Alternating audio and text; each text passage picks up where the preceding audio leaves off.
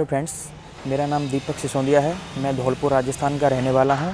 मैंने दिसंबर 2019 में एनटीए द्वारा आयोजित होने वाली यूजीसी नेट परीक्षा में अपने पहले प्रयास में पॉलिटिकल साइंस से 99.82 परसेंटाइल के साथ अपना जेआरएफ क्लियर किया है। आज मैं दिल्ली नॉलेज ट्रैक के माध्यम से अपनी नेट जेआरएफ की स्ट्रेटेजी शेयर करना चाहता हूं। मैं आज आपसे बात करूंगा कि मैंने किस तरीके से अपने नेट जेआरएफ को क्लियर किया। ये वीडियो बेसिक 3 पार्ट्स में डिवाइड होगी। पहले में हम एग्ज़ाम के पैटर्न के बारे में, दूसरे में पॉलिटिकल साइंस के लिए क्या बुक लिस्ट है उसके लिए, और तीसरे में मैंने क्या टिप्स और क्या किस तरीके अपनाए जिससे मैंने अपना जेआरएफ पहले प्रयास में क्लियर किया। तो यूजीसी नेट एक नेशनल एलिजिबिलिटी टेस्ट होता है। ये असिस्टेंट प्रोफेसर के लिए किया जाता है और ये एनटीए द्वारा साल में 2 बार आयोजित किया जाता है। इसमें 2 पेपर होते हैं। पहला पेपर सबके लिए कॉमन पेपर होता है, इसमें 50 क्वेश्चन होते हैं, और सेकंड पेपर अपना सब्जेक्ट का होता है जिसके अंदर 100 क्वेश्चन होते हैं और प्रत्येक क्वेश्चन 2 मार्क्स का होता है। इस तरीके से टोटल पूर्णांक है वो 300 नंबर का होता है, उसमें से आपको स्कोर करना होता है। तो ये जो परीक्षा होती है, इसमें जो जेआरएफ क्लियर करने वाले होते हैं उनको पीएचडी के लिए गवर्नमेंट इंडिया की तरफ से फेलोशिप भी मिलती है, और इस तरीके से ये एक अपने लिए एक अपॉर्चुनिटी होती है। तो अब सेकंड में मैं आपको बताना चाहूँगा कि पॉलिटिकल साइंस के लिए क्या मैंने बुक लिस्ट अपनाई थी। तो सबसे पहली बात तो यही होती है कि किसी भी सब्जेक्ट में अगर आपको उस सब्जेक्ट के बेसिक्स क्लियर करने हैं और बेसिक्स के साथ में ही फिर आपको पढ़ाई स्टार्ट करनी चाहिए। तो उसके लिए हर सब्जेक्ट के लिए कुछ बुक लिस्ट होती हैं, वो मैं आपसे शेयर करना चाहता हूं, और मैंने जो बुक लिस्ट अपनाई वही मैं आपसे शेयर करूंगा। तो सबसे पहले आपको क्या करना है कि यूजीसी नेट की जो साइट है वहां से आप पॉलिटिकल साइंस का सिलेबस डाउनलोड कीजिए और सिलेबस को आप ध्यान से देखिए। आपने ग्रेजुएशन के दौरान भी पॉलिटिकल साइंस को पढ़ा होगा, तो फिर आपको थोड़ा सा उन टॉपिक्स के बारे में ज़रूर पता होगा कि ये टॉपिक्स किस तरीके से हैं। तो थोड़ा सा एनालिसिस कीजिए उनको, और उसके बाद में फिर अपनी एक स्ट्रेटजी बनाइए और बुक लिस्ट बनाइए। तो जैसे कि हम देखते हैं कि जो यूजीसी नेट पॉलिटिकल साइंस का जो सिलेबस है वो 10 पॉइंट्स के अंदर डिवाइड है। तो उसको हम बेसिकली 5 सेक्शन में बांट सकते हैं। तो सबसे पहले मैं थ्योरी एंड थिंकर्स की बात करता हूँ। उसमें आपको बीएल फड़िया या ओपी गावा की कोई भी बुक, और उसके साथ में मैं अपनी बात बताऊं तो मैंने राजेश मिश्रा सर के जो एक बुक चलती है उनकी यूजीसी नेट के लिए, उसको फॉलो किया है। इसके बाद आप इंडियन पॉलिटिकल सिस्टम की बात करें तो मणिकांत सर की बुक बहुत अच्छी आती है, पर मैंने मणिकांत सर की बुक नहीं पढ़ी। मैंने पॉलिटिकल साइंस के लिए राजेश मिश्रा सर की बुक पढ़ी थी, और मैं आपको सलाह देना चाहूँगा कि अगर आपको पॉलिटिकल सिस्टम में थोड़ी प्रॉब्लम है तो आप राजेश सर की बुक को अच्छे से पढ़ सकते हैं, वो आपके बेसिक्स को अच्छे से क्लियर करेगी। इसके अलावा आप बेयर एक्ट भी देख सकते हैं।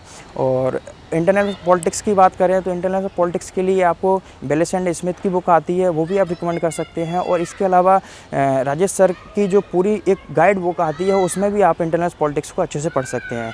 और अगली बात, पब्लिक एडमिनिस्ट्रेशन के लिए तो सबसे ज़्यादा स्टूडेंट्स को प्रॉब्लम पब्लिक एडमिनिस्ट्रेशन में होती है। तो उसके लिए मैंने कुछ नहीं किया, मैंने केवल वो राजेश मिश्रा सर की जो सरस्वती आईएएस अकेडमी चलाते हैं उनकी ये बुक आती है, उसके अंदर 40 से 50 पेज के अंदर पब्लिक एडमिनिस्ट्रेशन का बहुत अच्छे से कंपाइल दिया हुआ है।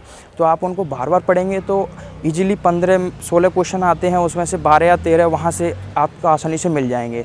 इसके अलावा आईआर के लिए आप बीएल फड़िया की अंतर्राष्ट्रीय संबंध की बुक आती है, उसको भी आप देख सकते हैं। इसके अलावा डेली न्यूज़पेपर को आपको ज़रूर पढ़ना चाहिए, क्योंकि पॉलिटिकल साइंस में जितने भी कुछ समझौते वगैरह होते हैं तो वो न्यूज़पेपर से आपको कवर हो जाएंगे। इसके अलावा राजेश सर की बुक में से भी इंडियन फॉरेन पॉलिसी अच्छे से दी हुई है, इसको आप बार बार रिवीजन कर सकते हैं।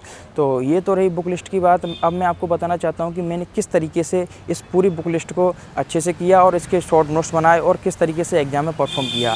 तो सबसे ज़्यादा ज़रूरी बात है वो हो आपको किस तरीके से बुक लिस्ट को तैयार करना है। तो इसके लिए मैं आपको सजेशन देना चाहूँगा कि इस बुक लिस्ट को आपको एक दिन के अंदर आपको 2 या 3 सब्जेक्ट करके पढ़ना है। जैसे अगर आप पहले थिंकर पढ़ते हैं, उसके बाद में इंडियन पॉलिटिकल सिस्टम पढ़ सकते हैं, उसके बाद में फॉरेन पॉलिसी पढ़ सकते हैं।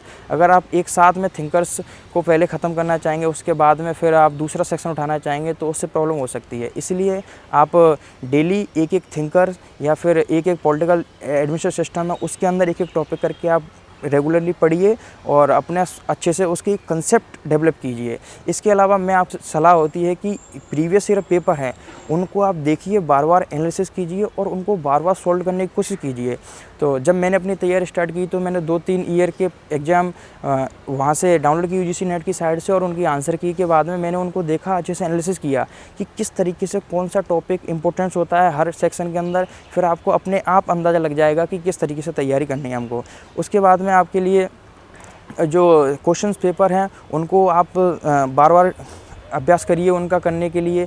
और उसके अलावा आपको क्या करना है कि जितने भी आप जब क्वेश्चन पेपर देखेंगे तो आपको पता लगेगा कि कुछ टॉपिक्स ऐसे हैं जिनसे बार बार क्वेश्चन आते हैं, तो उन टॉपिक्स को आपको शॉर्ट नोट्स बना लेना है, वो भी बुलेट फॉर्म में शॉर्ट नोट्स बनाना है। जैसे कि सबसे मेजर टॉपिक अगर यूजीसी पॉलिटिकल साइंस में देखें अपन तो होता है कि इसमें प्लेटो, अरस्तु और इसके अलावा रूसो, लॉक और मार्क्स, ये 4 या 5 विचारक ऐसे होते हैं कि हर बार इनमें से ज़्यादातर क्वेश्चंस आते हैं। तो आपको क्या करना है दोस्तों कि जितने भी ये इम्पोर्टेंस आपको वहाँ ये पेपर में से आपको पता चलते हैं तो उनके आपको शॉर्ट नोट्स बना लेने हैं। इसके अलावा आजकल क्या एग्ज़ाम का ट्रेंड बिल्कुल चेंज हो चुका है। अगर फैक्चुअल अपन क्वेश्चन देखें तो फैक्चुअल क्वेश्चन 20 या 30% फैक्चुअल क्वेश्चन है। इसके अलावा जितने भी क्वेश्चंस हैं वो कंसेप्चुअल क्वेश्चन है। इसके लिए आपको अपना कंसेप्ट डेवलप करना है और जितने भी थिंकर्स हैं, जितने भी सिद्धांत हैं, जितने भी ट्रेड्स या समझौते हैं उनको आपको अच्छे से समझ विकसित करनी है उनके बारे में, और उनको आपको पढ़ने के बाद में उनमें आपको अंतर पता करना है। जैसे जितनी भी विचारधारा होती हैं तो आपको उसमें स्पष्ट अंतर पता होना चाहिए। ये अपने अंदर एक क्षमता विकसित करें कि किस तरीके से ये अंतर हो सकता है, क्योंकि एग्ज़ाम में जब अपन वहाँ आप एग्ज़ाम देखोगे पॉलिटिकल साइंस का तो उसके अंदर कंसेप्चुअल क्वेश्चन बहुत ज़्यादा आ रहे हैं, तो इसलिए कंसेप्चुअल क्लियरिटी होना बहुत ज़रूरी है। उसके लिए यही है कि आप आराम से और जितनी भी बार भी रिपीटेशन हो सके आप वो रिपीटेशन कर सकते हैं।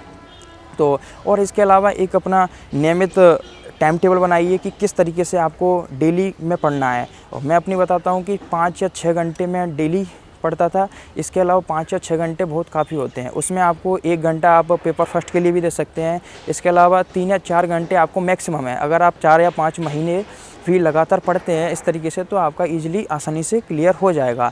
और सबसे बड़ी बात होती है कि रिवाइज़ कैसे करें, क्योंकि भूलना सबको होता ही है, भूल ही जाते हैं।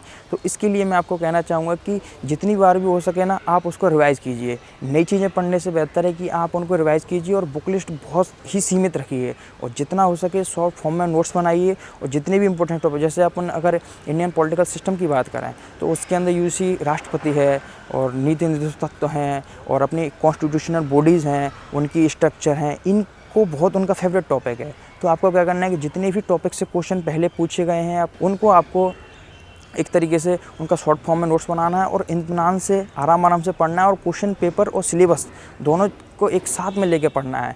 और उसके बाद में आप और पब्लिक एड के लिए क्वेश्चंस के लिए आप पिछले साल के जितने भी क्वेश्चंस आए हैं आपको 100% उनको करना है। जितने भी 2012 के बाद में जब से एग्ज़ाम का नेचर चेंज हुआ है वहाँ से लेके अब तक के जितने भी क्वेश्चंस आए हैं उनको आपको एक बार पढ़ना है।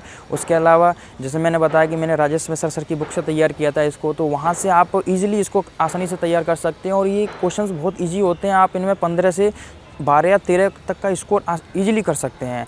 तो इसलिए आपको मल्टीपल टाइम रिवीजन और शॉर्ट नोट्स जितने भी इंपॉर्टेंट टॉपिक हैं वो आपको करना है। जो लास्ट 15 डे होते हैं वो एग्ज़ाम के लिए बहुत इंपॉर्टेंट होते हैं। तो उसके लिए दोस्त मैं आपको बता देना चाहता हूँ कि मैंने किस तरीके से तैयारी की।